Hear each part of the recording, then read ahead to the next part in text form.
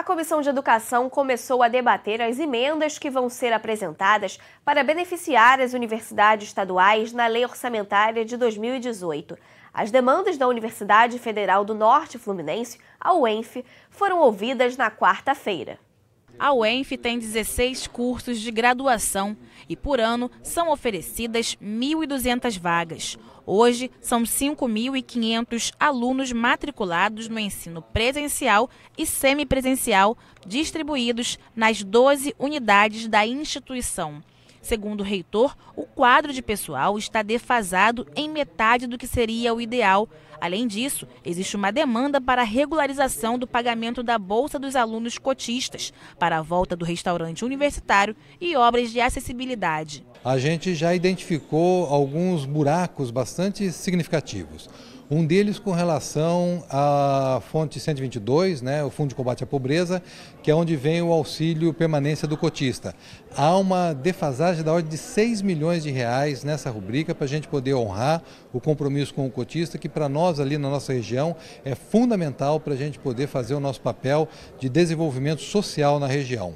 Outra questão é com o pessoal e encargos, que também a gente já percebe que em relação a este ano, para o ano que vem, os recursos já são menores.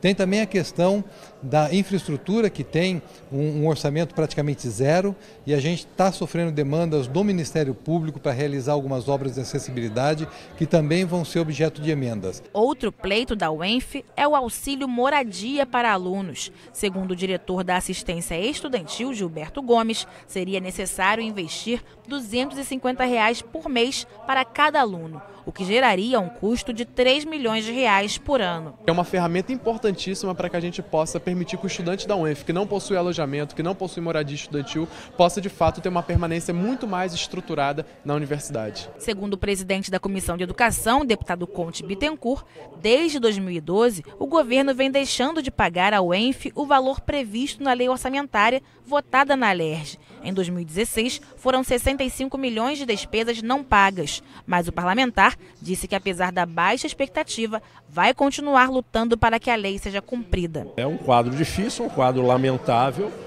mas nós vamos aqui fazer da Comissão de Educação uma trincheira, defender o conhecimento, defender inovação, ciência e tecnologia, é obrigação, garantir com que o cidadão do estado do Rio de Janeiro tenha acesso e participe da sociedade do conhecimento, é obrigação de todos nós, e o papel da universidade é estratégico nisso aí. Os parlamentares rejeitaram no plenário as contas do Tribunal de Contas do Estado relativas a 2015. Acompanhe as votações de quarta-feira com o repórter Rafael Dias. Os parlamentares aprovaram um projeto do deputado André Siciliano, que prevê a reserva de 10% das vagas de concursos públicos do Estado para pessoas de baixa renda.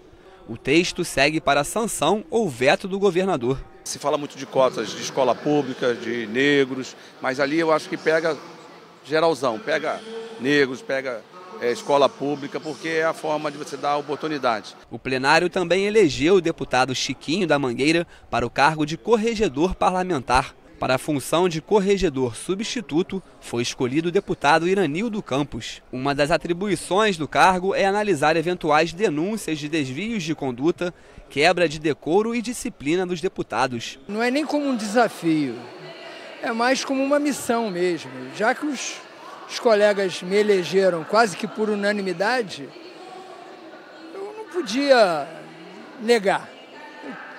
Faz parte da vida do parlamentar. Eu não quero ocupar esse cargo, primeiro para perseguir ninguém, pelo contrário. Mas farei justiça quando tiver que fazer. Espero não fazer injustiça com ninguém. É um caso mais de orientação e de fiscalização em qualquer ato que venha denegrir a imagem do parlamento. Eu não acredito que vai ter nenhum problema. Enaltecer o trabalho do ex-corregedor, do ex-corregedor substituto, que foi o deputado Conte Bittencourt e o deputado Luiz Paulo, que fizeram um trabalho muito bom aqui. Então eu vou, nas minhas funções, quando for exigido, eu vou fazer o possível para realmente fazer jus ao voto dos companheiros. Os parlamentares rejeitaram por unanimidade as contas de 2015 do Tribunal de Contas do Estado. O texto é da Comissão de Orçamento da LERJ. Houve a denúncia do subprocurador-geral da República, ao ministro Fischer, enquadrando em corrupção organização criminosa, lavagem e mais uma quarta tipificação. Ora, se você é réu confesso na criminal, você também é réu confesso na civil. E a civil é a que define as responsabilidades de improbidade administrativa. Então, se o presidente, responsável pelas contas, confessa que é improbo, nós não podemos, politicamente, aprovar uma conta do improbo. Então, esta é a fundamentação jurídico-política que embasou o voto pela rejeição das contas e que foi vencedor. Hospitais gerais do estado podem ter que garantir a oferta de leitos psiquiátricos para tratamento de pessoas com transtorno mental. A proposta do deputado Luiz Martins também determina que as unidades devem disponibilizar refeitórios e áreas de lazer, além de cursos de capacitação em saúde mental. A matéria foi aprovada em primeira discussão e ainda precisa passar por outra votação. É uma luta muito grande desse segmento, que eu acho que é importante. Todos os hospitais gerais disponibilizar leitos para problemas psiquiátricos. E não existe isso. E hoje você está proibindo a internação. Claro que houve uma emenda melhorando o projeto, que vai ter que ter um acompanhamento psicossocial dos CAPs. Os servidores públicos do estado podem ter direito a se ausentar do trabalho para fazerem os exames preventivos de câncer de próstata. O projeto altera uma lei do deputado Paulo Ramos, que já previa um dia de folga por ano para que as mulheres fizessem os exames de câncer de mama e colo de útero.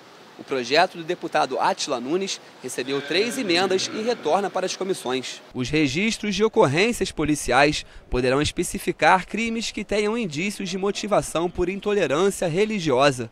A proposta dos deputados Carlos Mink e André Siciliano determina que a Polícia Civil informe que a ocorrência envolveu instituições ou praticantes de religiões. O texto prevê ainda que o Instituto de Segurança Pública crie estatísticas e estudos sobre esse tipo de crime. O projeto recebeu 16 emendas e retorna às comissões. Nós fizemos várias audiências públicas e nas audiências, várias religiões vítimas de violência e de intolerância reclamavam disso. Que nos registros os delegados não registravam como se fosse um crime. Foi vítima de uma pedrada, foi vítima de um incêndio. Mas o cara dizia, não, mas eu fui vítima por causa da minha religião, mas não constava. A CPI que investiga a venda de ativos da Petrobras ouviu na quinta-feira o presidente da Fundação Petrobras de Seguridade Social, a Petros, que apresentou um plano para equacionar a dívida de mais de 22,5 bilhões de reais. Segundo Walter Mendes, o rombo no plano previdenciário da Petros teve como principais causas a crise financeira e econômica e investimentos que estão sob investigação. A alteração no perfil das famílias e a melhoria na expectativa de vida dos funcionários assistidos pela Fundação também são fatores que afetam diretamente o cálculo dos benefícios e, consequentemente, aumentam as obrigações do plano, que deverá ser implementado até o final deste ano. O valor corrigido para dezembro deve chegar a 27,7 bilhões de reais. O montante deve ser pago em um prazo de 18 anos por funcionários e aposentados da Petrobras, que terão sua contribuição aumentada e pela empresa.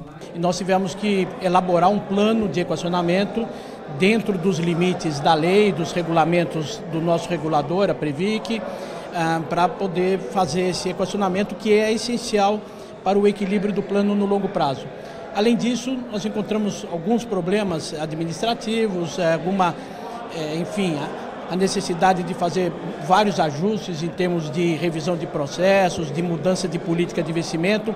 E esses ajustes, isso está sendo feito no sentido de reforçar a governança, a segurança, a eficiência do fundo, para que esses problemas no futuro não venham ocorrer outra vez. O presidente da CPI, deputado Paulo Ramos, criticou a má utilização do fundo Petros e a forma como isso vai prejudicar os funcionários ativos e aposentados da Petrobras. O uso do fundo de pensão para aplicações duvidosas por ordens de governos. Imaginar, e eu conheço, eu mesmo, em várias oportunidades, tomei conhecimento de aplicações criminosas. Levei ao presidente do fundo da época como levei também a Previdência Complementar. E posso dizer que, em alguns casos, com a minha intervenção, o fundo teve que recuar. Mas investimentos muito maiores, investimentos para a área governamental, para a infraestrutura do país. Usar o fundo é importante, mas